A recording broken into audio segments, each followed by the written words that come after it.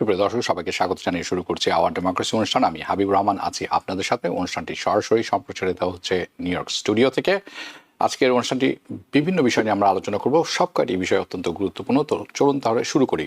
Israel সরাসরি কাতারে হামলা চালিয়েছে, এটি আপনারা ইতিমধ্যে জেনে গেছেন। প্রশ্ন হচ্ছে, এটি কি শুধু একটি আক্রমণ নাকি বিশ্ব ব্যবস্থার পতনের একটি সূচনা? আমরা কি আসলেই তৃতীয় বিশ্বযুদ্ধের দিকে এগিয়ে যাচ্ছি? মনে রাখতে হবে, দ্বিতীয় বিশ্বযুদ্ধের পর জাতিসংঘ গঠন করা হয়েছিল একটা নীতির উপর।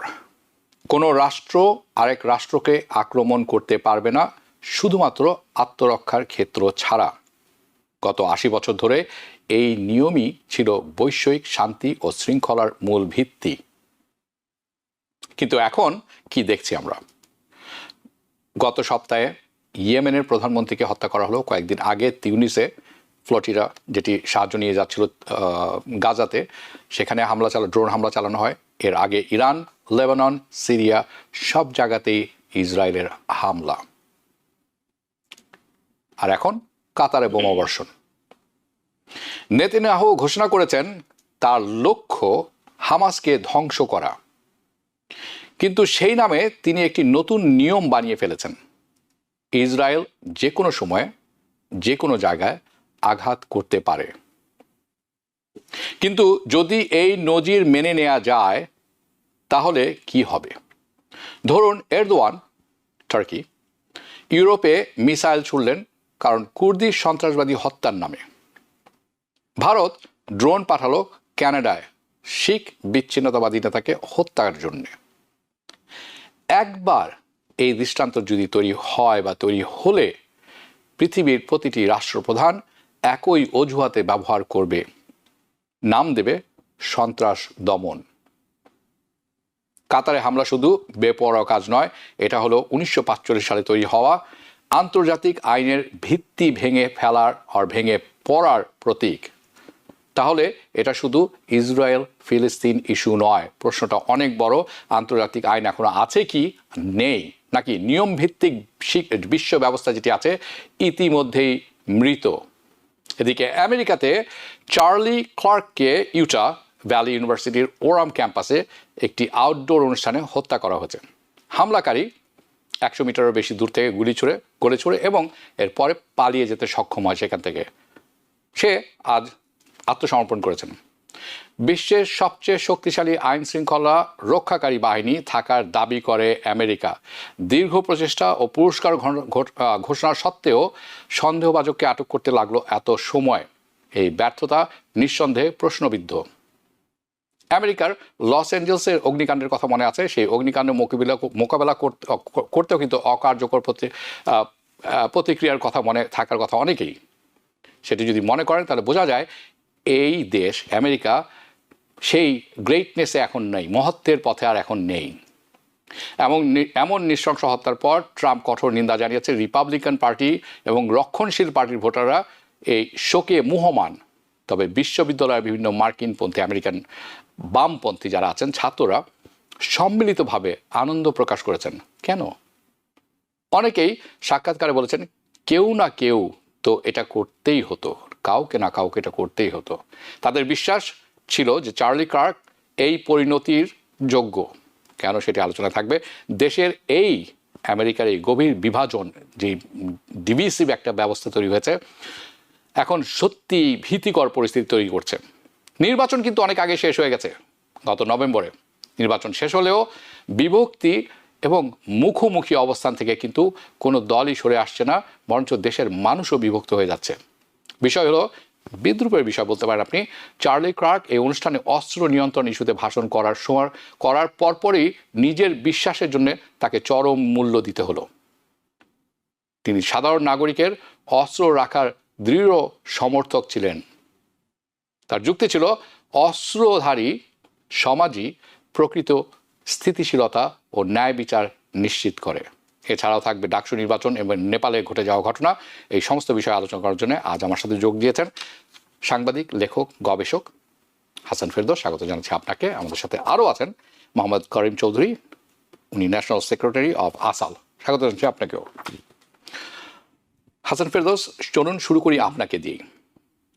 এই যে চার্লি কর্ক, তার ছোট্ট করে উনি কে, এই কেন এটি হলো, এই যে গান ভায়োলেন্স আমেরিকায় বাড়ছে, ওকে, কেন?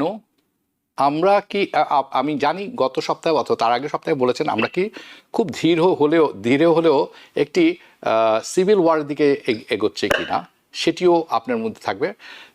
Y such violence? ধন্যবাদ হাবিব ভাই। করিম ভাই, সালাম আলাইকুম। দেখা হলো বহুদিন পরে। আপনি খুব ভালো আছেন? আপনার ভূমিকাতে আপনি কয়েকটা সূত্র ধরিয়ে দিয়েছেন আমাদেরকে। তার একটা হচ্ছে যে চার্লি কার্ক খুব একজন পোলারাইজিং ফিগার। তিনি এক পেশে অত্যন্ত দক্ষিণপন্থী একজন পডকাস্টার। তিনি একটি রাইট উইং প্ল্যাটফর্ম নির্মাণ করেছেন, যে প্ল্যাটফর্মের মূল লক্ষ্য প্রেসিডেন্ট ট্রাম্প অথবা প্রেসিডেন্ট ট্রাম্পের মতো দক্ষিণপন্থীদের নির্বাচিত করা। এবং বিভিন্ন ক্যাম্পাসে রিপাবলিকানদেরকে ভোটার হিসেবে তালিকাভুক্ত করা। এই কাজ তিনি করে আসছেন গত 2016 সাল থেকে, যখন তার বয়স 18-19 বছর, তখন তিনি করে আসছেন। তার অবস্থাটা খুব স্পষ্ট, আমাদের প্রেসিডেন্ট সাহেবের মতে, প্রেসিডেন্ট ট্রাম্পের মতে খুব স্পষ্ট। তিনি মনে করেন যে আমেরিকা একটা বিভক্ত দেশ।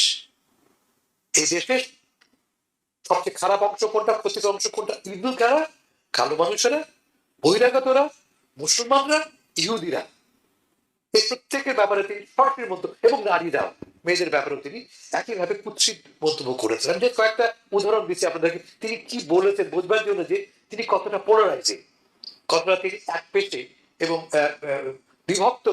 বিভক্ত সৃষ্টি করেছেন তিনি সমাজে। আমি যদি দুই একটা আপনাকে আমি কোট করে শোনাচ্ছি, যাতে বুঝতে পারেন আপনি। যেটা খুঁজে পাই, আমার কাছে লেখা ছিল, ঈশ্বর জানে এই মুহূর্তে কোথায় পাবো আমি। আচ্ছা, মুসলিম নিয়ে তিনি কি বলেছেন, সরাসরি কোট করছি আমি। They aren't even hiding their intentions. মুসলমানরা তাদের ইন্টেনশন হাইড করছে না। Muslims plan to conquer Europe by demographic replacement. মুসলমানরা উনি মূলত ইউরোপের কথা বলছেন, পরে আমেরিকার কথা বলেছেন, মূলত ইউরোপে ইউরোপিয়ানদের রিপ্লেস করে সেখানে রাজত্ব করার চেষ্টা করছে। উনি কালোদের নিয়ে কি বলছেন, ব্ল্যাক পিপলদের নিয়ে কি বলছেন? Happening all the time in urban America. Prowling blacks go around for fun to go target with white people. It's a fact. It is happening more and more. কালো মানুষরা বিভিন্ন শহরে হাতে বন্দুক নিয়ে তাদের দিকে তারা টার্গেট প্র্যাকটিস করছে, তার মানে তারা খুনি। ডেমোক্রেটরা সম্বন্ধে তিনি কি বলছেন? The Democratic Party supports everything that God hates. ঈশ্বর, আল্লাহ ঘৃণা করে এমন সবকিছু করে ডেমোক্রেটিক পার্টিরা। জর্জ ফ্লয়েড, মনে আছে সেই ব্ল্যাক পাওয়ার মুভমেন্টের সময় 4 বছর আগে, দিস গাই ওয়াজ স্কামব্যাগ। এটা হচ্ছে গিয়ে স্কামব্যাগ, এটা হচ্ছে গিয়ে জর্জ ফ্লয়েড সম্বন্ধে মন্তব্য। শেষ কথা বলি আমি গানস নিয়ে। তিনি একজন গানস অস্ত্র বহন করার পক্ষের একজন খুব শক্ত অ্যাডভোকেট। তিনি বলছেন যে কিছু লোক মারা যায় গান ক্যারি করলে, কিন্তু এটা ওয়াট, মারা গেল কোনো ক্ষতি নেই, কিন্তু গান ক্যারি করার রাইটটা আমার কাছে না কোনোভাবে হরণ করা হয়। এই লোকটা যে তার মাত্র 31 বছর বয়স, 12, 13, 14 বছর সে অ্যাক্টিভলি পলিটিক্যাল পার্টিতে ফিল্ডে কাজ করেছে। এই 14-15 বছর সে আপ্রাণ চেষ্টা করেছে, অব্যাহত হওয়ার চেষ্টা করেছে তার পডকাস্ট ব্যবহার করে সমাজটাকে আরো বিভক্ত করতে। আমেরিকার এই সবচেয়ে বড় চ্যালেঞ্জ পোলারাইজেশন, এই বিভক্তির অনেক রকম চেহারা আছে। সাদা কালো, সাদা এবং নন হোয়াইট একটা বিভক্তি, বর্ণভিত্তিক, ধর্মভিত্তিক, ক্রিশ্চিয়ান, নন ক্রিশ্চিয়ান। এরা মনে করে যে এই দেশটা ক্রিশ্চিয়ানদের, সমস্ত কিছু ক্রিশ্চিয়ান হতে হবে। স্থানীয় এবং বহিরাগত, সাদারা স্থানীয়, আর আমরা যারা বাইরে থেকে এসেছি বহিরাগত, আমরা আদার সো কল। বামপন্থী, ডানপন্থীরা ইভিল, মহারকম অন্যায় তারা করে। ডেমোক্রেটরা ইভিল, ভালো কারা? রিপাবলিকানরা, সাধারণ মানুষেরা, ইত্যাদি। এই যে বিভক্তি, এর ফলে আমেরিকা এই মুহূর্তে মূলত আইডেন্টিটি পলিটিক্সে ভুগছে। এই আইডেন্টিটি পলিটিক্স এমন যে আমরা প্রত্যেক একা একা ট্রাইবাল মেম্বার হয়ে পড়েছি, এক এক ছোট ছোট গোত্রভুক্ত হয়ে পড়েছি। আমরা গোত্রের অধীনে আমাদের সকল সিদ্ধান্ত গ্রহণ করি, মূল্যবোধ দিয়ে নয়।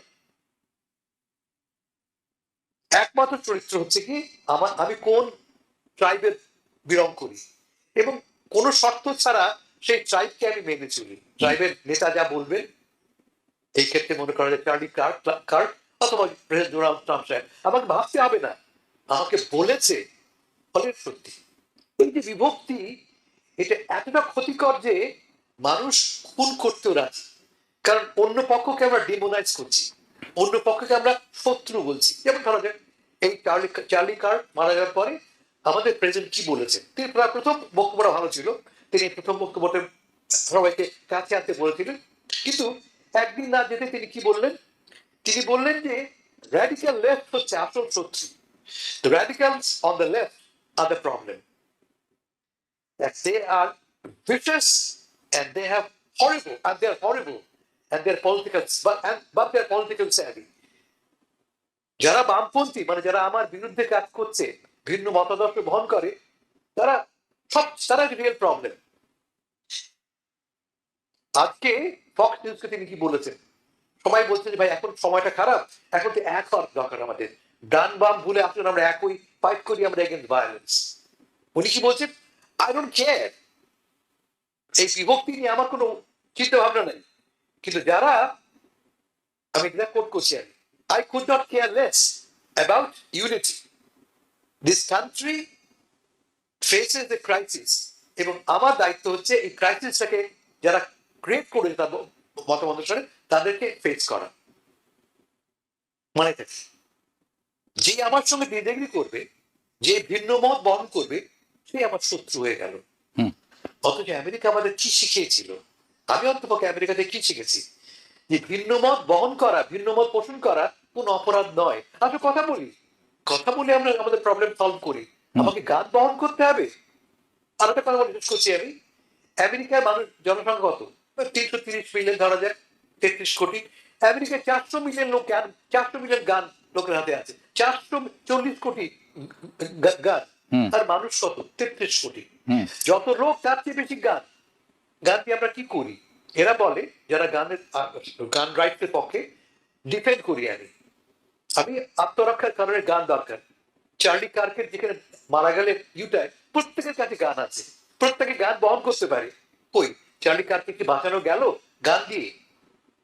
গত 3 মাসে আমি দেখেছি অ্যাটলিস্ট 6টা বড় বড় ঘটনা ঘটেছে, 6টা বড় বড় ঘটনা ঘটেছে। একজন স্টেট কংগ্রেসের সদস্য মারা গেছেন, আমাদের বাড়ির পাশে পেনসিলভেনিয়ার গভর্নরের বাড়ি আক্রান্ত হয়েছে, আমাদের বর্তমান প্রেসিডেন্ট দুবার গান দ্বারা আক্রান্ত হয়েছে। প্রত্যেকবারই গানটাই ফ্যাক্টর। চারদিকে অসংখ্য, ধরো প্রেসিডেন্ট ট্রাম্পের ক্ষেত্রে চারদিকে অসংখ্য প্রতিরক্ষা ব্যুহ তৈরি করা হয়েছে, প্রেসিডেন্টাল লেভেলের প্রোটেকশন। কই তাকে তো রক্ষা করতো, তাকে তো গান সহ্য করতে হতো। তারপরে গানটাই আপনার ডিফেন্স নয়, গান না থাকাটা ডিফেন্স হতে পারে। আপনার হাতে গান না থাকলে আপনি বড়দের কথা দিয়ে ঘৃণা প্রকাশ করবেন, তার হাতে গান থাকলে, এই যে চার্লি কার্ক নিহত হলেন, ফলে ঘৃণাটা কমাতে হবে। আমি বলবো যে সমাধানের পথটা কি, সেটাও ভাবি একটু আমরা। প্রথম কাজ হচ্ছে যে অপর পক্ষকে শত্রু না ভাবা। আমার প্রতিপক্ষ, সে আমার কম্পিটিটর, আমার এনিমি নয়। আমার ঘরের মধ্যে সে বাস করে, তার মানে না যে এই ঘরের মধ্যে একটা শত্রু বাস করছে, এটা 1 নম্বর। 2 নম্বর, যারা নেতা তাদেরকে এই টেম্পারেচারটা কমাতে হবে, তাদেরকে দায়িত্ব নিতে হবে দেশকে একত্র করবার। আনফর্চুনেটলি আজকে যে একটা বোঝে যে আমরা সেই লোক নেই যে আমাদেরকে এক করবে। ধন্যবাদ আপনাকে। অনেকগুলি কথা বলেছেন, আমরা ইচ্ছা করলে সেই সমস্ত বিষয়ে কথা বলতে পারি, কিন্তু তাতে সময় অনেক ক্ষেপণ হবে। আমি সংক্ষেপে 2-1টি কথা বলি। চার্লি ক্লার্কের অনেক কথা আপনি বলেছেন, তার মধ্যে একটি কথা আমি নিজে দেখেছি, যে কালো মহিলারা যতই শিক্ষিত হন না কেন, তারা কোনো কাজে মস্তিষ্ক খাটানোর যোগ্যতা রাখেন না। This is what he believed. Low IQ. Low IQ. Okay, আর মাইগ্রেশন হচ্ছে সব কিছু দখল করে নিচ্ছে। মজার ব্যাপার হচ্ছে মাইগ্রেশন একটা বিশ্বব্যাপী ফেনামেনন। পৃথিবীর শুরু থেকে এখন পর্যন্ত মানুষ কিন্তু মাইগ্রেশন করে থাকে, এটাই নিয়ম। এটা সমস্যা হচ্ছে যখন থেকে নেশন স্টেট তৈরি করা হলো, who the hell gave you the right, the European and westerns, to create those states and সে কে আসতে পারবে কে আসতে পারবে না, অন্য বিষয়, অনেক বড় বিষয়, এই মুহূর্তে কথা বলবো না। আমি করিম চৌধুরী আপনার কাছে যাচ্ছি, অনেক কথাই শুনলেন।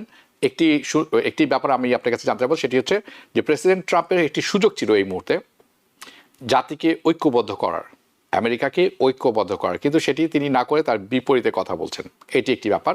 দ্বিতীয় কথা হচ্ছে আমরা বামপন্থীও অনেককে দেখছি তারা এই চার্লি কার্কের হত্যায় তারা উল্লাস প্রকাশ করেছেন। এই দুটি আপনি কিভাবে দেখেন? প্রেসিডেন্ট ট্রাম্প কি সুযোগটা হারালেন জাতিকে ঐক্যবদ্ধ করার ক্ষেত্রে? আরেকটি ব্যাপার হচ্ছে যে সারেন্ডার করেছেন mister Robinson, he is only 22 years old. আমি তার কিছু বায়োগ্রাফি দেখলাম। হাই স্কুলে তার জিপিএ হচ্ছে 4.0, স্ট্রেট এইজ।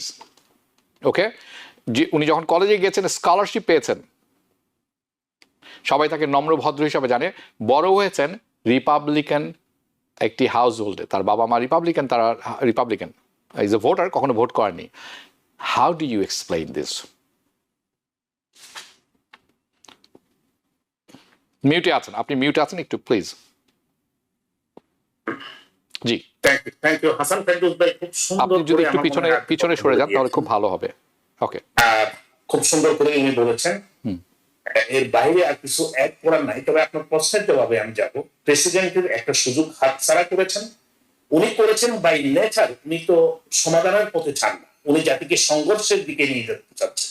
প্রথম দিক থেকে, প্রথমবার নির্বাচিত হওয়ার পরে যেমনটা করেছেন, দ্বিতীয়বার নির্বাচিত হওয়ার পরে তার সেই আকাঙ্ক্ষা জাতিকে বিভক্ত করা এবং একটা আভ্যন্তরীণ সংঘর্ষিক পরিস্থিতি সৃষ্টি করা, সেই গোলাটে পরিস্থিতি হয়তো তিনি কোন রকম সুযোগ নিতে চাচ্ছেন আজ থেকে 2-2.5 বছর পরে, 2 বছর পরে, আমার ধারণা। কেননা এই যে একটা সুযোগ, গান ভায়োলেন্সের ফলে একজন কট্টর হোয়াইট সুপ্রিমেসিস্ট, প্রথমেই আপনাকে বলে রাখি, অবশ্যই এই হত্যাকাণ্ডে, এই গান ভায়োলেন্সের আমরা নিন্দা জানাই। কোন অবস্থাতেই সেটা কাম্য না, চার্লি কার্ক না, অন্য যে কারো বিরুদ্ধে এই জাতীয় গান ভায়োলেন্স কোনোভাবেই কাম্য নয় এবং তার নিন্দা আমরা জানাচ্ছি। কিন্তু কি পরিস্থিতিতে এই অবস্থার সৃষ্টি হলো, তার ব্যাকগ্রাউন্ডটা হলো যে জাতিকে যখন দ্বিধা বিভক্ত করা হচ্ছে, জাতিকে তারা যখন এটা ভাবছে যে they are becoming minorities in this country, they can not tolerate it, they can not take it, they can not fence ইট।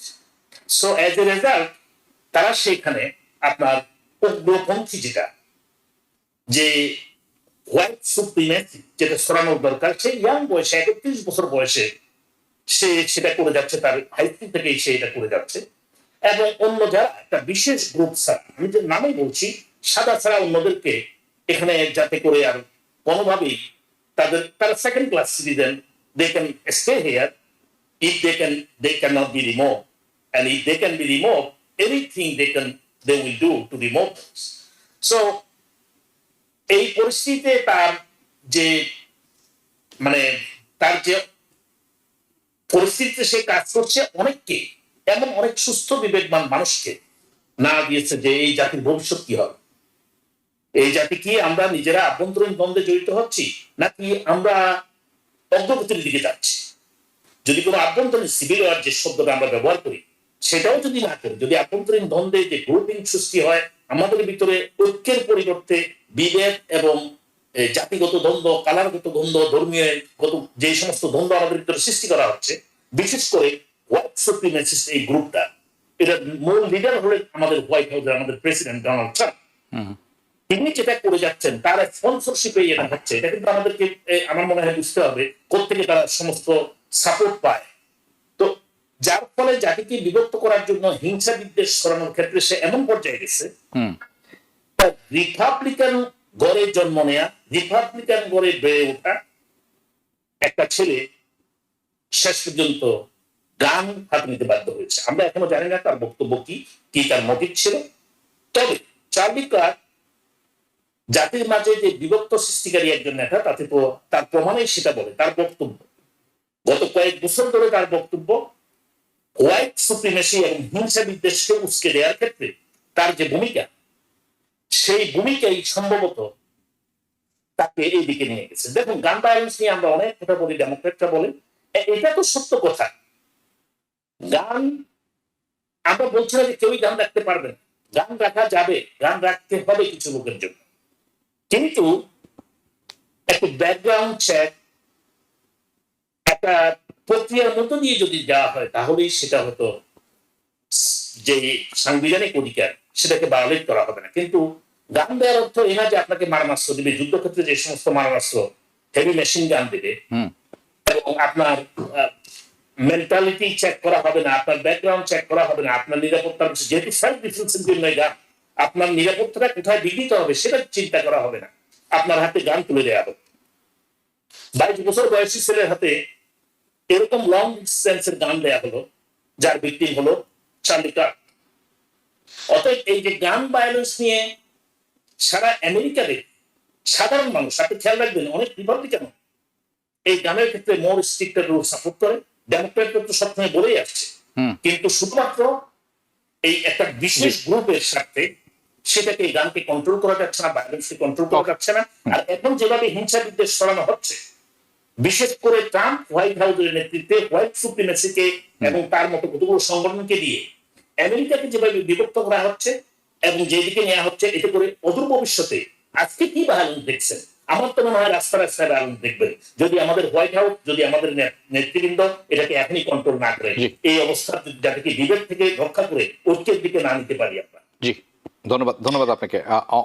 হাবিব ভাই একটা লাইন হচ্ছে যে Charlie Kirk definitely polarising figure একটা, কিন্তু তার মানে এটা যে তার মতামতের জন্য তাকে খুন করতে হবে, খুনের জন্য সে এই একটা কোনোভাবে জাস্টিফাইড না, কোনোভাবেই একজন মানুষকে তার মতবাদের জন্য, তার ভাবনার জন্য তাকে হত্যা করা যাবে না।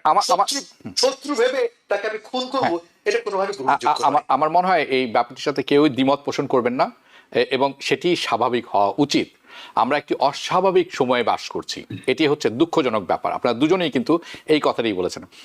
করিম চৌধুরী যেটা আসল কথা বলতে চাচ্ছিলেন সেটা হচ্ছে গান ভায়োলেন্স রুখতে হলে একটা কমন সেন্স প্রয়োজন, একটা কমন ল প্রয়োজন, যার মাধ্যমে কে কার কাছে থাকবে কার কাছে থাকবে না এটির একটি সংজ্ঞা থাকবে, যেটি এই ধরনের ঘটনাগুলি ব্যাপকভাবে কমে। আমরা স্কুল শুটিং দেখছি একের পর এক, আজও হয়েছে না, গতকালকে আমার ঠিক খেয়াল নেই, হয়েছে, হ্যাঁ, 16 বছরের একটি ছেলে 4 জনকে গুলি করেছে সেই মিড ওয়েস্টে।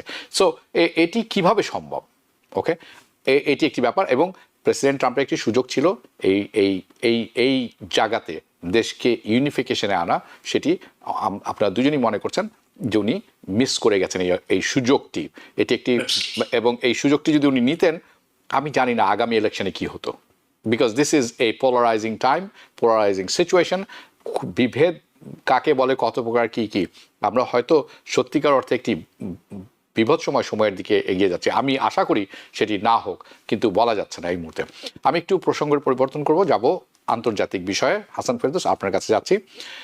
কাতারে ইসরায়েলের আক্রমণ, আমরা এটি অবিশ্বাস্য মনে হয়েছিল প্রথমে শুনে, কারণ আমেরিকাতে কাতারের একটি সর্ববৃহৎ ঘাঁটি আছে, এবং আমেরিকার সাথে কাতারের সম্পর্ক বেশ ভালো, মানে বেশ ভালো, এবং সেটি খুব আশ্চর্যজনক বিষয় হয়ে দাঁড়ালো আমাদের সবার জন্য।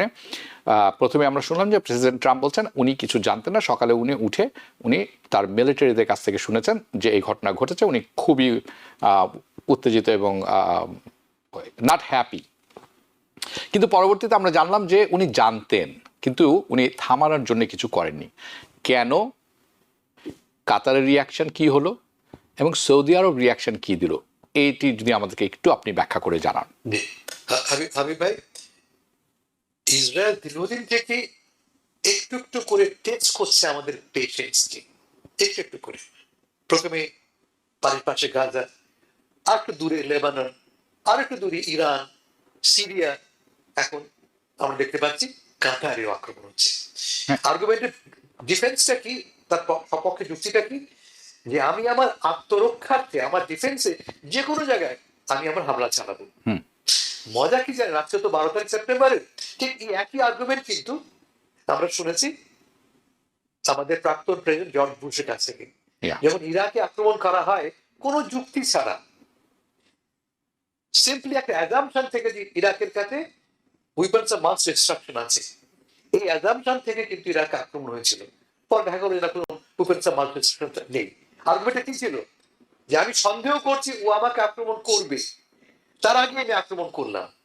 ফলে আমাদের এই দেশ মার্কিন যুক্তরাষ্ট্র কিন্তু প্রেসিডেন্ট সেট করে আছে। আজকে 12 তারিখ এক মুহূর্তের জন্য হলো আমরা 9 সেপ্টেম্বরের যারা নিহত তাদের স্মরণ করছি এবং আমাদের ঘৃণা প্রকাশ করছি যারা সন্ত্রাসের সঙ্গে যুক্ত। কিন্তু ভুলে গেলে চলবে না যে এই সুযোগটা তৈরি করে দিচ্ছে কিন্তু এই যে বললাম একটু আগে, ডিফেন্স, আমার আত্মরক্ষার্থে যে কোনো জায়গায় আক্রমণ করবো আমি, এই আর্গুমেন্টটা কিন্তু আমরাই দিচ্ছি এবং এটা ভায়োলেট করছে কিন্তু জাতিসংঘের সকল নিয়ম কানুন। জাতিসংঘের চার্টারে স্পষ্ট বলা আছে অন্য কোনো দেশকে তুমি কোনো যুক্তিতে তার সভরেনিটি ভায়োলেট করতে পারবে না। যদি কোনো ঘটনা ঘটে আসো, জাতিসংঘ আছে, প্ল্যাটফর্ম আছে, কথা বলি, জাতিসংঘের অনুমতি গ্রহণ করো তুমি, হবে। যেমন আমরা ধরো যাক আমরা আমরা কোরিয়াতে আক্রমণ করেছি জাতিসংঘের অনুমোদন নিয়ে, কিন্তু আফগানিস্তানে আক্রমণ হয়েছে জাতিসংঘের অনুমোদন নিয়ে, কিন্তু আন্তর্জাতিক বাহিনী গঠন করা হয়েছে জাতিসংঘের অনুমোদন নিয়ে। তার মানে একটা ফোরাম আমাদের আছে, ফোরামটা ব্যবহার করিনি আমরা। এই যে ইরাকে আক্রমণ করলো ইসরায়েল, তারপরে কিন্তু তার একদিন পরে জাতিসংঘের প্রস্তাব উঠেছে, প্রস্তাব গৃহীত হয়েছে, নিন্দা করা হয়েছে, কিন্তু মজা কি জানেন, সেই প্রস্তাবের কোনো জায়গায় ইসরায়েলের নাম নেই। কোথাও বলা হয়নি যে এই ঘটনাটা কে করেছে। ঘটনাটা নিন্দা করছি কিন্তু কাজটা যে করলো ইসরায়েল তা কিন্তু বলা হচ্ছে না। কারণটা কি? মার্কিন যুক্তরাষ্ট্র ইসরায়েলকে সর্বাত্মক প্রোটেকশন দিয়ে যাচ্ছে। না গ্রিন লাইসেন্সও দিয়ে রেখেছে। আমি মানে আক্রমণ করার গ্রিন লাইট দিয়েছি কিনা এটা আমি জানি না এবং এটা আমি বলবো না, কিন্তু হামলার পরে তাকে রক্ষা করার দায়িত্ব আমার। তাকে কোনোভাবেই অন্য কেউ আক্রমণ করুক এটা আমি অ্যালাউ করবো না, এটা মার্কিন যুক্তরাষ্ট্রের পলিসি। তার মানে ছাতাটা ধরে রেখেছি আমি। কিন্তু এর ফলটা কি হয়ে যাবে, আপনি ভালো কথা তুলেছেন আপনি। কাতার এই মুহূর্তে আরব বিশ্বে বোধ করি সবচেয়ে গুরুত্বপূর্ণ একটি রাষ্ট্র, বিশেষ করে on the issue of Israel and Palestine. কখন আক্রমণটা হলো? যেদিন যখন যেই বাড়িতে হামাসের নেতৃবৃন্দ মিটিং করছে প্যালেস্টাইনের গাজাতে সিজফায়ার নিয়ে। সিজফায়ার প্রস্তাবটা আমেরিকা দিয়েছে, প্রস্তাবটা দিয়েছে ইসরায়েল। প্রস্তাব ইসরায়েলের কাছে এসছে, সেই প্রস্তাব নিয়েই কিন্তু আলোচনা হচ্ছে দোহাতে। ঠিক তখনই এই আমি তারা মিটিং করছে এটা জেনেই আমি সেখানে আক্রমণ করছি।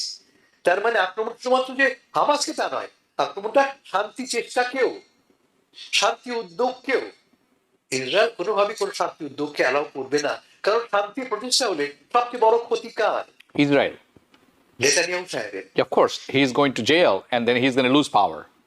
যে মুহূর্তে শান্তি আসবে সঙ্গে সঙ্গে নেতানিয়াহুর সরকার পতন ভেঙে ঘটবে। পড়বে। পতন ঘটা মানে তার নামে দুটো মামলা আছে, মামলা রিভাইভ হবে এবং তাকে জেলে যেতে হবে। ফলে কোনোভাবেই তারা শান্তি তৈরি করবে না, শক্তভাবে কঠোরভাবে প্রচারণা করেছে দোহা থেকে, কাতার থেকে। একইভাবে সৌদি আরবও কিন্তু রেড লাইন তুমি ক্রস করছে বলে দিয়েছে, you are crossing a red line, তুমি আমার সভরেন্টি ভায়োলেট করছে। কিন্তু এই কথাগুলির পর এই শক্ত কথা বললাম, তারপরে ঘুমিয়ে পড়লাম। What is the next step? এখানে বলে রাখি যে সেপ্টেম্বরে জাতিসংঘে আসর বসবে প্রতি বছর যেমন বসে, এবং সেই আসরে আমরা জানতে পারছি যে অ্যাটলিস্ট ফ্রান্স এবং ইউকে, প্রবাবলি কানাডা, আরো দু একটি দেশ হয়তোবা এই প্যালেস্টাইন রাষ্ট্রের পক্ষে স্বীকৃতি জানাবে। জি। কিন্তু আমরা এও জানি যে যেখানে প্যালেস্টাইন রাষ্ট্র হবে সে রাষ্ট্র শুধু যে অকুপেশন যায় না, তারা একটা জেনোসাইডের মুখোমুখি বসে আছে, একটা জেনোসাইডের, এবং দীর্ঘদিন 2 বছর ধরে চলছে জেনোসাইড। কোন দেশ, পৃথিবীর কোন দেশ এই কারণে ইসরায়েলের বিরুদ্ধে স্যাংশন আরোপ করেছে? একটা দেশ তো না, একটা পশ্চিমা দেশ তো ইসরায়েলের বিরুদ্ধে স্যাংশন দিয়ে বলেনি যে তোমাকে অস্ত্র পাঠাবো না, আমি তোমার দেশে আমি ইনভেস্ট করবো না, তোমার দেশকে ডাইভেস্ট করবো আমি। না, করছে না তো। না। তার মানে মুখে বলছি বটে আমি, ঠিক আছে আমি তোমাকে স্বীকৃতি দেবো, স্বীকৃতির লাভটা কি হবে, এর প্র্যাকটিক্যাল ভ্যালুটা কি? পৃথিবীর 140টা ইতিমধ্যে স্বীকৃতি দিয়ে বসে আছে, অথচ ইসরায়েল কি করছে? গত সপ্তাহে স্মোট্রিচ ওদের ফিনান্স মিনিস্টার প্রস্তাব তুলেছিল যে ওয়েস্ট ব্যাংকের একাংশ অ্যানেক্স করে নিতে হবে, ওয়েস্ট ব্যাংকের একাংশ অ্যানেক্স করে সেখানে ইহুদি বসতি বাড়াতে হবে। কাতার শক্তভাবে বলার পরে নেতানিয়াহু সে প্রস্তাব তুলে নিয়েছে, কিন্তু আজকে তুলে নিল, আগামীকাল আবার সেই প্রস্তাব আসবে। Yeah. কারণ আমরা জানি ইসরায়েলের মূল লক্ষ্য হচ্ছে from river to sea, এই যে পুরো পুরো প্যালেস্টাইন, সো কল যাকে প্যালেস্টাইন বলি আমরা, which includes ইসরায়েল, পুরোটাই আমার, ঈশ্বর আমাকে দিয়েছে, বাইবেলে এই ভূমিটা আমাকে দেওয়ার কথা বলা আছে। Yeah. ফলে এবং আরো ইন্টারেস্টিংলি সময় থাকলে আলোচনা করতাম আমরা, তা হচ্ছে যে ইতিমধ্যে আমাদের প্রেসিডেন্ট ডোনাল্ড ট্রাম্প সাহেব কি প্রস্তাব করেছিলেন, গাজাকে তিনি রিভেরা পরিণত করবেন। এবং আমরা দেখেছি গত সপ্তাহে ওয়াশিংটন পোস্ট লম্বা রিপোর্ট করেছে, 38 পাতার ডিটেল রিপোর্ট, যে এই গাজাতে অতি আধুনিক এক শহর গড়ে তোলা হবে। কাদের জন্য? পশ্চিমা ইনভেস্টারদের জন্য। $100 বিলিয়ন ইনভেস্টমেন্ট, এবং প্রতি ডলারে তারা 4 গুণ মুনাফা পাবে, রিটার্ন পাবেন। হ্যাঁ, জি, 4 গুণ, 4 টাইমস। তার মানে আমার দেশ আমাকে বের করে দেওয়া হবে, জি, এবং তার বদলে আমাকে কি দেওয়া হবে? বলা হচ্ছে তোমাকে $5,000, ইউ গেট $5,000 পকেট মানি। জি, আসছি। আমার দেশ আমাকে বের করে দিয়ে হ্যাঁ। বিদেশে আনা হবে এবং মাল্টিস্টেট বিল্ডিং বানানো হবে। জি, জি, ধন্যবাদ। আমি আসছি আপনার কাছে, কারণ এই ব্যাপারে আর একটু কথা বলবো আমি। করিম চৌধুরী, আপনার কাছে আছি। এই যে কিছুক্ষণ আমরা শুনলাম যে নতুন একটি প্রস্তাব এসেছে, প্রস্তাবটা হচ্ছে একটা আধুনিক শহর গড়া হবে ফিলিস্তিনিদেরকে বের করে দেওয়া হবে, তাদেরকে প্রত্যেকে $5,000 করে দেওয়া হবে চলে যাওয়ার জন্য। এখানে এটা সেলফ ভলান্টিয়ার একটা কথা আসছে এখানে। তো আসলে কয়েকটি ব্যাপার আমি তুলে ধরছি আপনার কাছে। একটি হচ্ছে আমরা কোথায় যাচ্ছি, where is the world leading us to, এটি প্রশ্ন। এটা কি প্র্যাকটিক্যাল কোনো সমাধান হলো? আমেরিকা কি মানে আমেরিকা এবং আমেরিকার রোলটা যেটি আছে সেটি তো প্রশ্নবিদ্ধ অনেক বছর ধরেই এখন, এবং ইউএন কি আসলে কোনো ভূমিকা এখানে রাখতে পারে? এটি ছোট করে জানার পরে অনেকেই বলছেন হামাসের এখন চলে যাওয়া উচিত সম্পূর্ণভাবে গাজা ত্যাগ করে, যাতে করে একটি শান্তিপূর্ণ সমাধানে আসি। আপনি কি তাই মনে করেন? না, আমি তাই মনে করি না। হামাস চলে গেলে ইসরায়েল যে লেভেল, যে প্রিটেক্সটা ব্যবহার করা দরকার, সেটাকে কন্টিনিউয়াসলি ইউজ করবে, এবং কন্টিনিউয়াসলি ওই হামাসের নাম দিয়ে, 7ই অক্টোবরের নাম দিয়ে যে অভিযানটা শুরু করেছে, তার মূল অভিযানের লক্ষ্য হলো 1948 সালের যে ব্যালফোর অ্যাকর্ড, যে আলোকে এই ইসরায়েলের প্রতিষ্ঠা, সেইটাকে ওভারকাম করে পুরা ওই যে রিভার টু সি তাদের যে প্ল্যান, তারা কিন্তু জাতিসংঘেও আপনাকে দেখাইছে আমাদেরকে তাদের যে প্ল্যান, ইসরায়েলকে যারা পুরাটাই অ্যানেক্সেশন না, পুরাটাই প্যালেস্টাইন নামে কোনো রাষ্ট্র থাকবে না, পুরাটাই ইসরায়েল হয়ে যাবে। প্যালেস্টাইনের অধিবাসীদেরকে এখন তো কিছুটা টাকা দিতে বলছে, কয়েকদিন আগে যখন বলছে তোমরা সরে যাও চলে যাও, বিভিন্ন দেশকে, আমাদের দেশ আমেরিকা ফোর্স করতেছিল তাদেরকে আশ্রয় দেওয়ার জন্য, এই সমস্ত লোকজনকে তোমরা নিয়ে নাও, will help you to settle them. মনে আছে এটা কয়েকদিন আগের কথা। তা আমি যেটা বলবো, হাসান ফেরদৌস ভাই যখন বারবার বলছিলেন যে ইউরোপীয় দেশগুলো স্বীকৃতি দিবে, 140টা 150টা দেশ অলরেডি স্বীকৃতি দিয়ে দিয়েছে, আমরা ইউরোপীয় দেশ তো পশ্চিমাদের কথা বলি কেন? কেন প্যালেস্টাইনের পাশে আরব রাষ্ট্রগুলো ইসরায়েলের সাথে বন্ধুত্ব করে সাপোর্ট দিয়ে যাচ্ছে? কোন কোন রাষ্ট্রের উপর দিয়ে এসে কাতারে বোম মারল, কারা সাপোর্ট দিচ্ছে? তাহলে আমরা মুখে এক কথা বলি আর কাজে পুরোটাই সাপোর্ট দিয়ে যাচ্ছে। ইরান যখন, আমরা ইরানকে সাপোর্ট করি না অবশ্যই না, ইরান যখন তার দেশ আক্রমণের প্রতিবাদে বিভিন্ন ধরনের মিসাইল ফেলছিল, কোন কোন দেশের বিমান বাহিনী সেই মিসাইল গুলোকে দমন করার জন্য সবচেয়ে অগ্রণী ভূমিকা করছে? নিজ নিজ দেশের আকাশে, এমনকি ইসরায়েলের আকাশে পর্যন্ত ফরেন বিমান বাহিনী সেখানে ছিল। এবং তাই ফরেন বিমান বাহিনী বলতে বলতে আমি নাম বলতে চাই, পার্শ্ববর্তী অনেক আরব দেশ ছিল, জর্ডান একদম গাড়ি দিয়ে করছিল না, জর্ডান তো বড় কি বলবো। তো আমি যেটা বলতে চাচ্ছি সেটা হলো যে আমরা যদি মনে করি যে জাতিসংঘ কিছু করতে পারবে, না, জাতিসংঘ কিছুই করতে পারবে না। হাজার হাজার মানুষকে হত্যা, নির্বিচারে বম্বিং করা, শহরের পর শহর প্রশ্ন ধূলিসাৎ করে দেয়া, এরপরে যখন যে কোনো নিন্দা প্রস্তাব আসে, big brothers America always opposite some other. এই হত্যাযোগ্য জেনোসাইডকে দেখে আরো যে চারটা শক্তি রয়েছে তারা যখন ভোটদানে বিরত থাকে, আমরা সেখানে প্রতিবাদ জানাই যে এটাকে করা যাবে। অতএব আমাদের নর্মস আমরা কোথায় যে করছি, আমি আমেরিকার কথা বলছি, এবং আমাদের রোলটা কি on this genocide, killing babies, killing women, killing disabled people, killing everyone there. So এই যে সভ্যতার বদলের বিপর্যয় ঘটছে, এর শেষ সম্ভবত একটা জায়গায় হতে পারে। এই যে এখন কাতারকে হিট করার পরে আরব বিশ্বে যদি ঐক্য সৃষ্টি হয়, আমি একদম বিশ্বাস করি না, মানে আরব বিশ্বের লোকদের প্রতি আমার কখনোই আস্থা নেই। আমি it is the result of my study on Arabian conducts. They are political, ওইসব লোকদের তাদের যে হিপোক্রেসি, তারা মুখে একটা বলে কাজে আরেকটা করে, এইগুলোর প্রতি আমার একদম ব্যক্তিগতভাবে কোনো ইয়ে, আমি ব্যক্তিগতভাবে ইনফোর্স করতে চাই না পাবলিকদের জন্য, but I do not trust them, I do not believe them, they are the source of the problem. Habib ভাই একটা জিনিস চিন্তা করেন, যদি আরাবিয়ান স্টেট গুলো কাছে টুগেদার হয়ে যায়, এমনকি বিগ ব্রাদার যতই সাপোর্ট করুক না কেন, the state cannot survive. Yeah. We are not talking about to destroy the state. We are saying their conduct will destroy them. Right The now, way they conducting, they can be destroyed by themselves. আজকে দেখেন ইসরায়েলের ভিতরে ইসরায়েলের জনগণ কিভাবে fight করছে, Israeli force এখন ইসরায়েলের জনগণকে কিল করছে, ঘরবন্দি করে যাচ্ছে, তাদের প্রতিবাদ করতে দিচ্ছে না। ওকে, সেখানে একটা ডিক্টেটরশিপ প্রকাশ মানে ডেভেলপ করছে। জি, আপনি বেশ কয়েকটা গুরুত্বপূর্ণ বিষয়ে টাচ করেছেন। আমি এখন ওইটা সেখানে যাব না, তার কারণ আলোচনা অযথাই নয়, বেড়ে যাবে। আমি একটু বলি অন ইস্যু অফ হামাস, আপনি যেটা 30 সেকেন্ডস। প্রশ্ন ছিল যে হামাসের চলে যাওয়া উচিত, আমি সমর্থন করি।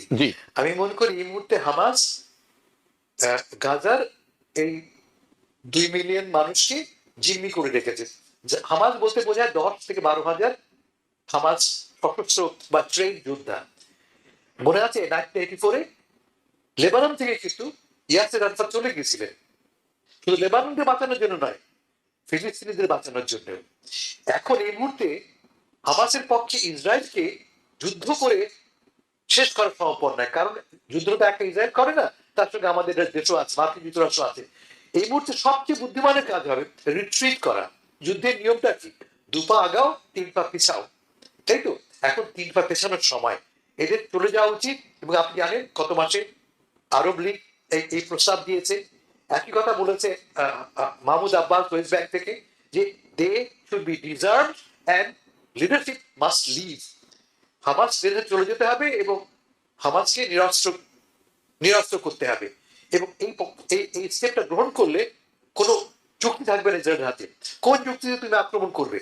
ওর তো এখন যুক্তি কোনটা মানতেছেন? ইসরায়েল কি কোনো যুক্তি মানে?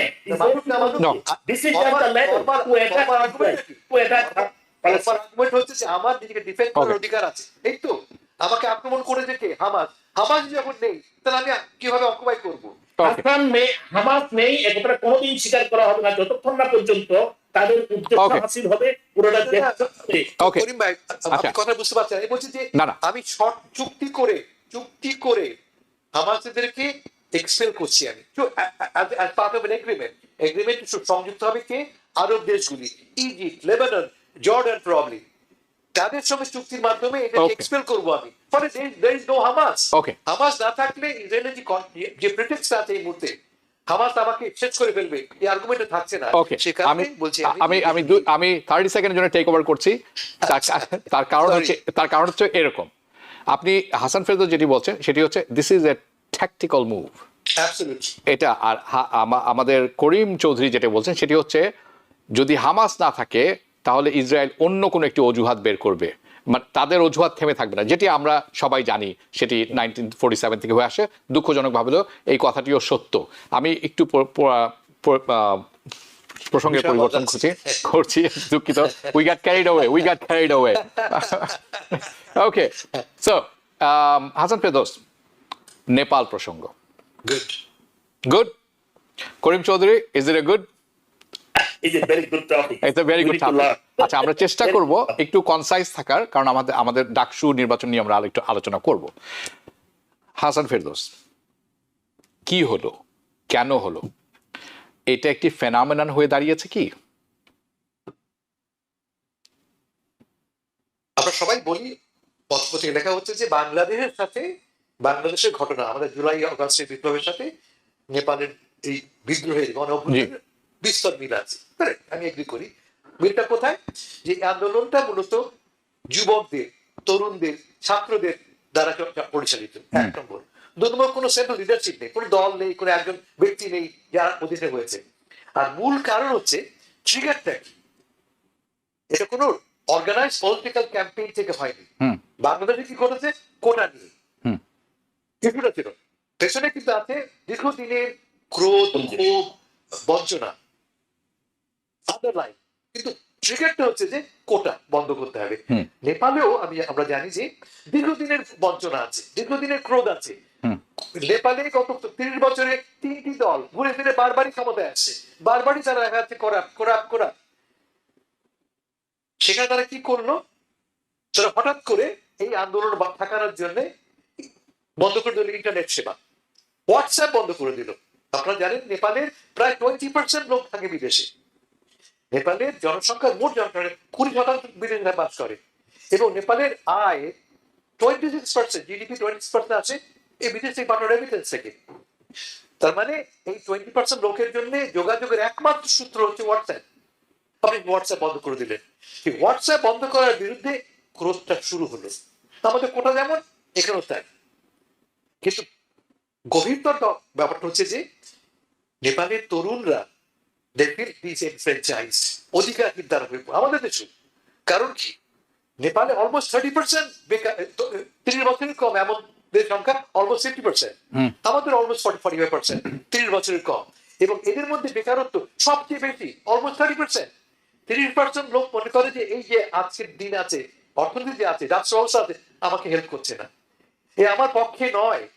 কার পক্ষে? ওই যে যারা ক্ষমতা বসে আছে, ঘুরে ফিরে যারা বারবারই ক্ষমতায় আসে তারা।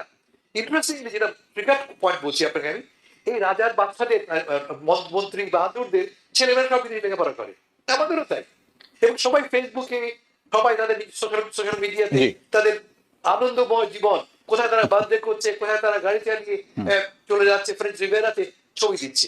যখন আপনি নেপালে বসে খেতে পান না, চাকরি পান না, আপনি দেখেন যে এই লোকগুলি আপনার পয়সায় বিদেশে বসে রোয়াব করছে, আপনার কি প্রতিক্রিয়া হবে? ধন্যবাদ। ফলে এই যে ক্ষোভ, এই যে ক্রোধ, this might become a global phenomenon। কারণ সর্বত্রই কিন্তু আমরা দেখছি এই যে বৈষম্য, ধনী দরিদ্র, ক্ষমতাকে ব্যবহার করে, ক্ষমতার অপব্যবহার করে সম্পদ আহরণ করে। বাংলাদেশে ঘটেছে, নেপালেও ঘটেছে। ধন্যবাদ করিম চৌধুরী। নেপালের ঘটনার সাথে বাংলাদেশের ঘটনার বেশ মিল। এখানকার মন্ত্রী মিনিস্টার যারা আছেন তারা এটি লুটে পুটে খেয়েছেন দেশটিকে। তাদের ছেলে মেয়েরা বিদেশে ফেরারি চালায়। আমাদের দেশের মানে খোঁজ নিয়ে দেখা যাবে ইংল্যান্ড আমেরিকাতে অনেক অনেক সম্পদ করে খোঁজ নিলে আমরা সবাই জানি, তারা আছেন, অনেকে দেখছেন হয়তো আমাদের অনুষ্ঠান। তো it's true, it's a fact. অনেকে বলছেন যে নেপালে যেটি হয়েছে, এই যে প্রধানমন্ত্রী মার খেয়েছেন বা স্বরাষ্ট্রমন্ত্রী মার খেয়েছেন, তার প্রধানমন্ত্রীর ওয়াইফকে আগুন লাগিয়ে দিয়ে আছে, পরবর্তীতে তিনি মারা গেছেন। তো এটি কাম্য নয়, এটি ঠিক নয়। কিন্তু এরকম বাংলাদেশে হলেও খুব ভালো হতো, এদের একটু বেধড়ক পেটানোর দরকার ছিল। আমি একমত পোষণ করি না, কিন্তু আমি শুনেছি। আমার দুটি দেশের মধ্যে অনেক মিল আছে ঘটনা প্রবাহে। একটি হচ্ছে আমাদের এখানে রাজাকার নিয়ে হলো অধিকার আসল কথা, আর এখানে হলো নেপো বেবি হচ্ছে এই সমস্ত আমলা মন্ত্রী মিনিস্টারের ছেলে পেলে যারা ব্যাপক সুবিধা নিচ্ছে। হাসান ফেরদৌস বলেন নেপালের মানুষ দুটি ভাবে ভাগ করা, তাদের আয়, তাদের জীবিকা নির্বাহের, একটি হলো বিদেশে, আর নেপালের ট্যুরিজম কমপ্লিটলি ডিপেন্ড করে হোয়াটসঅ্যাপ, ইউটিউব, সোশ্যাল মিডিয়ার উপর। আপনি কি করলেন? এটি বন্ধ করে দিলেন। তাদের ইনকাম দেশে এবং দেশের বাইরে দুটি বন্ধ করে দিলেন, কারণ আপনার তো খাবার চিন্তা নেই। তো তার ফলবর্তীতে আমরা যেটা দেখলাম সেটি হচ্ছে সরকারের পতন, খুব বাজেভাবে পতন। এখন তাদের নতুন একজনকে দায়িত্ব দেওয়া হচ্ছে। বাংলাদেশের সাথে আবারও মিল, অন্তর্বর্তীকালীন সরকার সেখানে আছে এখন, কিন্তু সেখানে একজন মোহাম্মদ ইউনূস নেই। নেপাল কি পারবে এই উত্তরণ, একটি নতুন অবস্থা তৈরি করতে, একটি নতুন সম্ভাবনা জাগিয়ে তুলতে? আপনি কি মনে করেন? আমি মনে করি পারবে, কারণ তাদের যে গণঅবস্থা যেভাবে প্রতিফলিত হয়েছে, যেভাবে আপনি দেখছেন ক্ষমতাসীন যারা দীর্ঘদিন ধরে দেশকে শোষণ করছে এবং নিজেরা একটা এলিট ক্লাসে পরিণত হয়েছে নিজেরা, যেমন তারা বলছিলেন, আজম ফেরদৌস ভাইও বললেন যে বাংলাদেশের যে অবস্থা, একটা এলিট ফোর্স, আমরাই শুধুমাত্র ক্ষমতার মালিক, আমার বাবা স্বাধীন করেছে, আমার আত্মীয় স্বজনরা এই দেশ স্বাধীন করেছে, এটা আমাদের দেশ, আমরা যেভাবে করি, আমরা যেভাবে চালাই, এতে জনগণের কিছু বলার থাকবে না। ঠিক একই অবস্থায় দুর্নীতি করে রাজনীতিবিদরা সেখানে জনগণের মাঝে রাষ্ট্রকে একটা বড় ধরনের অর্থনৈতিক ঝুঁকির মধ্যে ফেলছে। জনগণ যেখানে তাদের বেসিক যে সমস্ত নিড সেগুলো পাচ্ছিল না, ক্ষমতাসীন যারা আছেন তারা দেশে এবং বিদেশে সম্পদের পাহাড় করেছেন, পাচার করেছেন, যেখানে দেশের মানুষ অন্ন, বস্ত্র, বাসস্থান, শিক্ষার সুবিধা কিছুই পাচ্ছিল না। এইটা দীর্ঘদিনের ক্ষোভ, পুঞ্জীবিত ক্ষোভ, তার বহিঃপ্রকাশ করেছে জ্ঞানটির মধ্য দিয়ে। তবে ট্রিগারিং পয়েন্টটা হচ্ছে ইন্টারনেট বন্ধ করে দিলে, ইন্টারনেট যে এখন একটা লাইফ লাইন, আমরা যে ইয়াং লোকজন অনেকটা এডিক্টেড হয়ে গেছি, এবং এটা বন্ধ করে দিলে যে আর সহ্য করা হয় না, রাস্তায় নেমে যেতে হবে। এমনকি যারা আমলা তারাও নেমেছে রাস্তায়, যারা ব্যবসায়ী তারাও কিন্তু রাস্তায় নেমেছে। আমি আশা করি আওয়ামী লীগের পলক শুনছেন।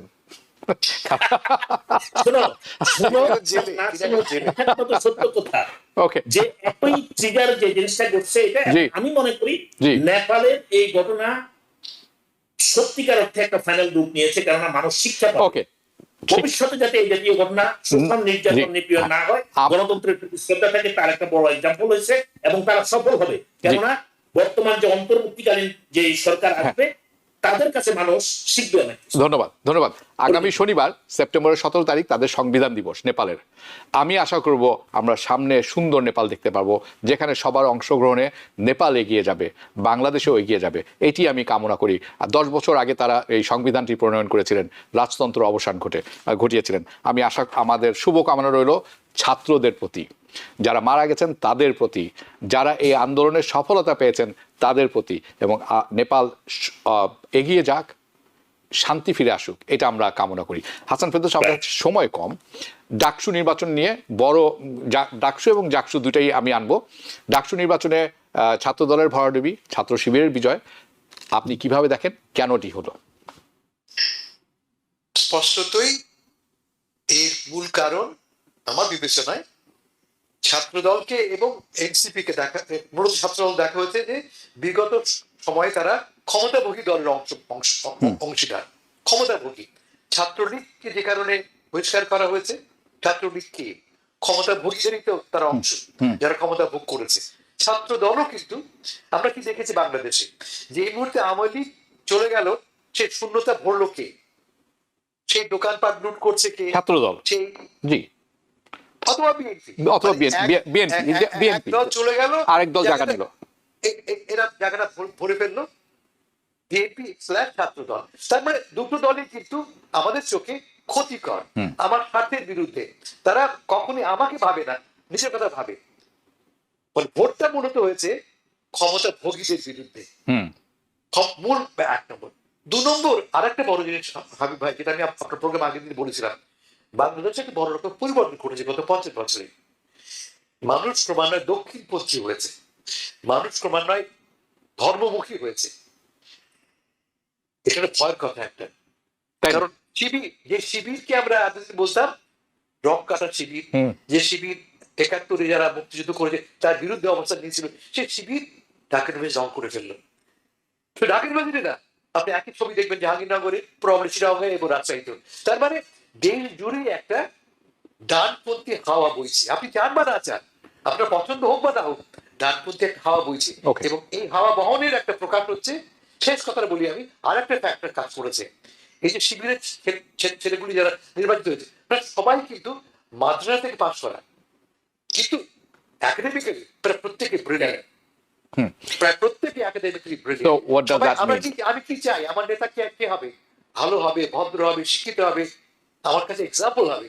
মেনি অফ দেম এটা ফিল করেছে, এরা আমার এক্সাম্পল হতে পারে, ওই দখলকারী ছাত্রলীগ বা ছাত্রদল নয়। জি, ধন্যবাদ আপনাকে। আরো কথা ছিল, আমি আজকে সময়ের সাপেক্ষে খাতিরে আমি আনছি না আলোচনায়। করিম চৌধুরী, আপনার হাতে সময় কম।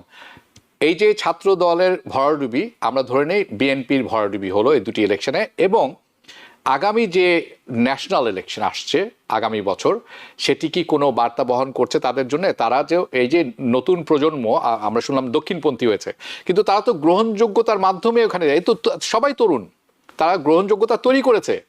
মানুষ এখন মনে করছে যে এটাই ভালো, বাবা আমার আওয়ামী লীগেরও দরকার নেই, আমার ছাত্র দলের দরকার নেই, ছাত্রলীগেরও দরকার নেই, বিএনপিরও দরকার নেই। এর কতখানি প্রভাব বিএনপির উপর পড়বে বলে আপনি মনে করেন, বা বিএনপির কি করা? আমি মনে করি এর একটা সুগভীর একবার বড় ধরনের একটা প্রভাব পড়বে, কারণ ডাকসু একটা বড় ধরনের ইঙ্গিত জাতীয় নির্বাচনগুলোর জন্য।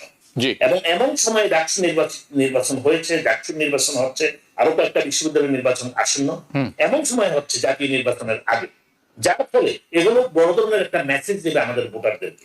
আমি একটু চলে যাবো ভাই, যদি আপনার সময় কম বলবো যে 5ই আগস্টের পরবর্তীতে, এর আগে 16.5 বছর একমাত্র ছাত্রদল মাঠে ছিল, শিবির নামও নিতে পারে, একমাত্র ছাত্রদল সেখানে বিরোধী দলে ছিল, তারা ক্ষমতার সুবিধা পায়নি। অত্যাচার, অবিচার, নির্যাতন, লক্ষ লক্ষ মামলা, হত্যা, খুন, গুমের বিরুদ্ধে তারা দেশকে অর্গানাইজ করে গেছে, মানুষকে অর্গানাইজ করার চেষ্টা করছে। কিন্তু শুধুমাত্র 5ই আগস্টের পরেই যে শূন্যস্থানটা সৃষ্টি হয়েছে, এই শূন্যস্থানে তারা গেছে এবং মিডিয়া এবং জামাত সেটাকে ভালোভাবে প্রচার করছে, rightfully. I do not oppose, because তারা যে কাজটা করছে, চাঁদাবাজিতে সরাসরি জড়িত হয়ে গেছে, মানে শূন্যস্থানটা ফিল আপ করে বলছে তারা। ইনস্টেড অফ জামাত শিবিরের যে নীতি ছিল, তারা ভালো কাজ শুরু করছে, ওই খারাপ কাজে যায় নাই, তাদের ভালো কাজগুলোর জন্য শান্তি শৃঙ্খলা বজায় রাখার ক্ষেত্রে এলাকায় ভূমিকা রাখছে। তারা কিন্তু হত্যাযজ্ঞে লিপ্ত হয় নাই, ওই যে ব্যবসায়ীর বাসায় দেওয়া চাঁদাবাজি করা, এমপির বাসায় দেওয়া চাঁদাবাজি, এটা করেন। যার ফলে বিএনপির নেতৃত্বে বিএনপি, যুবদল, ছাত্রদল যারা এই কাজগুলোর সাথে জড়িত, তারাই বিএনপির আগামী নির্বাচনে বরাবরের জন্য বড় ধরনের প্রেক্ষাপট তৈরি করছে। এর প্রতি এই যে রাকসু অথবা ডাকসু নির্বাচন একটা বড় ধরনের প্রভাব ফেলবে আগামী জাতীয় নির্বাচনে। বিএনপিকে আমার মনে হয় প্রস্তুতি নিতে হবে বরাবরের জন্য, প্রস্তুতি নিতে হবে ভরাডুবির জন্য। আচ্ছা, ঠিক আছে, উই উইল সি, আমরা দেখবো আগামীতে কি হয়। এই আলোচনাও চলতে থাকবে। হাসান ফেরদৌস, করিম চৌধুরী, দুজনের কাছ থেকে বিদায় নিচ্ছি। আপনারা ভালো থাকবেন, দেখা হবে পরবর্তী অনুষ্ঠানে। দর্শক, আপনাদের কাছ থেকেও বিদায় নিচ্ছি, দেখা হবে পরবর্তী অনুষ্ঠানে। সেই সময়ের জন্য অপেক্ষা করবেন, তখন আমরা অন্য বিষয় নিয়ে আলোচনা করব। বিদায় নিচ্ছি এখনকার মতো, শুভরাত্রি। TBN 24 টেলিভিশন দেখতে আজই কল করুন 7187776556। লগ ইন করুন www.totalcablebd.com। নিউ ইয়র্ক থেকে সম্প্রচারিত TBN 24 টেলিভিশন বিশ্বজুড়ে বাঙালির কণ্ঠস্বর।